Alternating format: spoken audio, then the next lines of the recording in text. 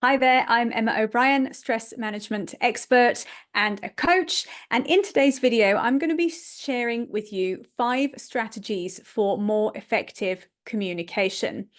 Communication can be a big problem, both at work and at home. Many of us find it very difficult to communicate effectively what we want. I think a lot of people tend to view conversations that could be difficult as potential conflict and avoid them when we don't know how somebody else is going to react to what we're asking for, and we don't know how to ask for what we want in an effective way.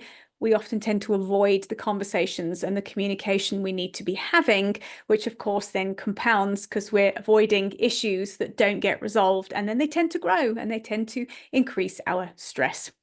So often there are 2 things that cause problems with communication: having expectations from other people that they don't know about. And then we sit with unmet needs, but they're actually unexpressed needs because we haven't asked for them. We're just hoping somebody else is going to be able to mind read and know what we want. This leads to an internal dialogue that might sound like they should know, they should do this, they should see.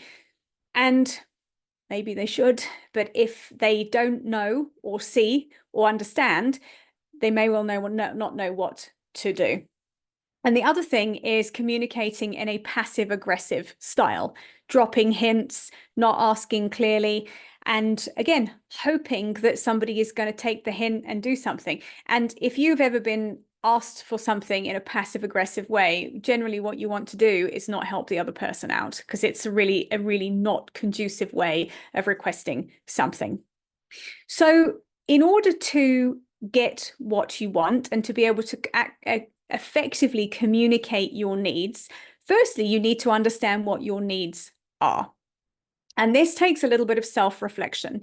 We can often end up feeling angry or upset when there's a situation that happens. If we take the expectation example, there's something that happens where people just don't meet a need, but actually on reflection, we wouldn't have been able to articulate it because we don't really know what it is ourselves. So this is an opportunity for some self-reflection.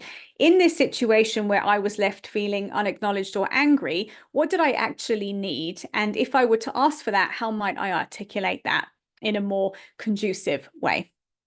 So the first thing is you've got to learn to know what your needs are, and then we need to learn to voice them effectively to get them met. So the first way of doing that is to start to listen to yourself, as I've touched on, and understand what are your specific, unique needs in a given situation and reflect on them.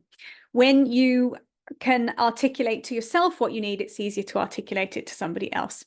The second thing is to listen to other people and ask them what they want in a particular situation too. Often communication can be very one-sided. I want this, you didn't do that. And we don't take the time to understand the other person in the equation, which leads to more poor communication. The third thing is when you need to have a conversation with someone that you might perceive to be difficult, or it might feel a bit conflicty, is to schedule a time to do it. So you and the other person or other people involved are prepared for a conversation. Don't spring these things on people, because you're going to catch people off guard and you're going to kick them into a stress response. You're probably going to get stressed and the whole thing's going to explode, and you probably neither party is going to get what they want. The fourth thing is be prepared to compromise. You might have some needs and want something, but the other person simply may not be able to do those for you. They might be able to meet you halfway. So be prepared to be flexible when you're communicating with other people. And the last thing is to learn to calm yourself down. So when you are communicating, you are coming from a space where you have access to your logical brain. I touched in one of the previous videos about what happens when we end up in a stress response. When our nervous system is activated, we are very led by our emotional brain, and that leads us to be reactive and impulsive and to not stop and pause before we respond. So the more you can calm your nervous system down and get you access to your logical brain that will give you the space to pause and think things through and be able to communicate calmly and think about what might be the consequences of this thing I'm about to say, you will have a more effective communication style with people, and you are more likely to get what it is you want. In tomorrow's video, I'm going to be talking to you about nervous system regulation, so make sure you come back and watch that. In the meantime, I invite you to check out my new Stressless 4-week group coaching program, which is starting on Tuesday, the 8th of October. You can have a look at what's involved with that, and you can join via the link underneath the video. I will see you again tomorrow. Bye for now.